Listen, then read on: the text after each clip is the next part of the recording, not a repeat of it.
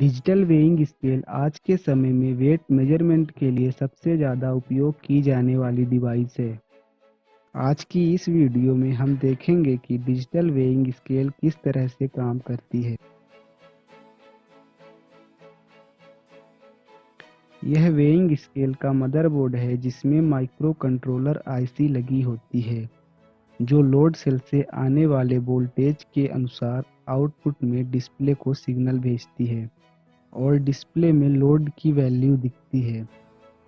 Motherboard को supply देने के लिए 6 वोल्ट की बैटरी का उपयोग किया जाता है। बैटरी को चार्ज करने के लिए एक ट्रांसफार्मर दिया होता है।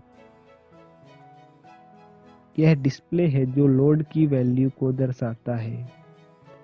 डिवाइस को कैलिब्रेट करने के लिए डिस्प्ले के नीचे कुछ बटन्स दिए गए होते हैं। कुछ वेइंग मशीनों में एक्सटर्नल डिस्प्ले को कनेक्ट करने के लिए एक एक्स्ट्रा पोर्ट दिया होता है। मदरबोर्ड से 4 वायर लोड सेल को जाते हैं, जिसमें से 2 वायर लोड सेल को +5 वोल्ट और ग्राउंड देने के लिए उपयोग किया जाता है और बाकी के 2 वायर लोड सेल से आने वाले इनपुट वोल्टेज के लिए होता है। लोड सेल से आने वाला वोल्टेज उस पर लगाए गए लोड के अनुसार बदलता रहता है। डिवाइस को ऑन या ऑफ करने के लिए एक स्विच दिया गया होता है।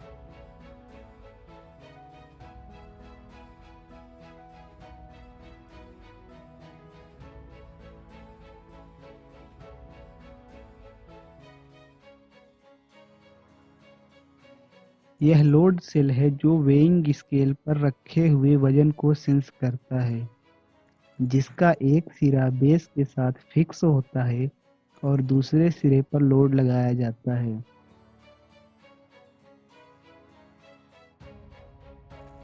लोड लगाने पर लोड सेल कुछ इस तरह से डिफॉर्म होता है।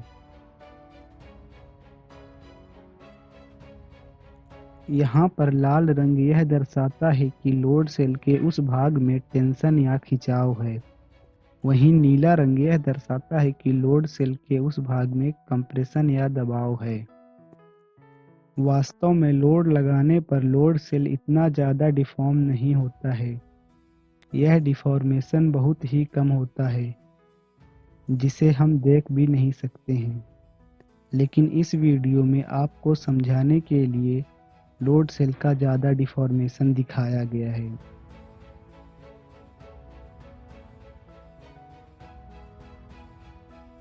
लोड सेल में टेंशन और कंप्रेशन वाले भाग में सतह के कुछ नीचे स्ट्रेन गेज लगे हुए होते हैं।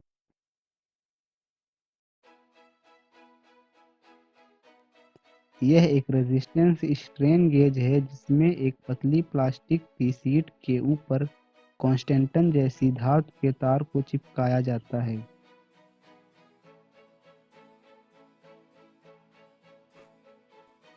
स्ट्रेन गेज को खींचने या दबाने पर कांस्टेंटन वायर की लंबाई बढ़ती या घटती है, जिससे वायर का रेजिस्टेंस बढ़ता या घटता है। स्ट्रेन गेज के रेजिस्टेंस में होने वाला बदलाव स्ट्रेन गेज पर लगाए गए लोड के डायरेक्टली प्रोपोर्शनल होता है। यहाँ पर आपका सवाल हो सकता है कि यदि हम एक स्ट्रेन गेज के रेजिस्टेंस में होने वाले बदलाव को मेजर करके लोड का पता लगा सकते हैं, तो फिर लोड सेल में 4 रेजिस्टेंस का उपयोग क्यों किया जाता है? इसका कारण यह है कि स्ट्रेन गेज टेम्परेचर के प्रति बहुत ही ज़्यादा संवेदनशील होते हैं। टेम्परेचर के बढ़ने या घटने से इसका रेजिस्टेंस चेंज हो जाता है, जिसके कारण लोड का एक्यूरेट मेजरमेंट नहीं हो पाता है। इस समस्या से बचने के लिए 4 स्ट्रेन गेजों का उपयोग किया जाता है। लोड सेल के चारों strain gauge Wheatstone bridge circuit में कनेक्ट होते हैं। यहाँ पर चारों स्ट्रेन गेजों को R1, R2, R3 और R4 से नामांकित किया गया है। व्हीटस्टोन ब्रिज की यह विशेषता होती है कि यदि R1 और R2 का रेशियो R3 और R4 के रेशियो के बराबर है, तो आउटपुट में 0 वोल्टेज होता है। इन रेसिस्टेंसों की वैल्यू में चेंज होने पर आउटपुट वोल्टेज बढ़ता या घटता है। यह वोल्टेज माइक्रोकंट्रोलर को भेजा जाता है।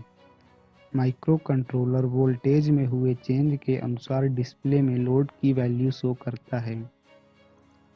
यदि आप इस तरह की 3D एनिमेशन वीडियोस देखना पसंद करते हैं तो आप स्क्रीन के राइट साइड में दिख रहे चैनल के लोगो पर क्लिक करके आप हमारे चैनल को सब्सक्राइब कर सकते हैं और स्क्रीन के लेफ्ट साइड में दिख रहे वीडियोस पर क्लिक करके आप हमारे चैनल की दूसरी वीडियोस भी देख सकते हैं।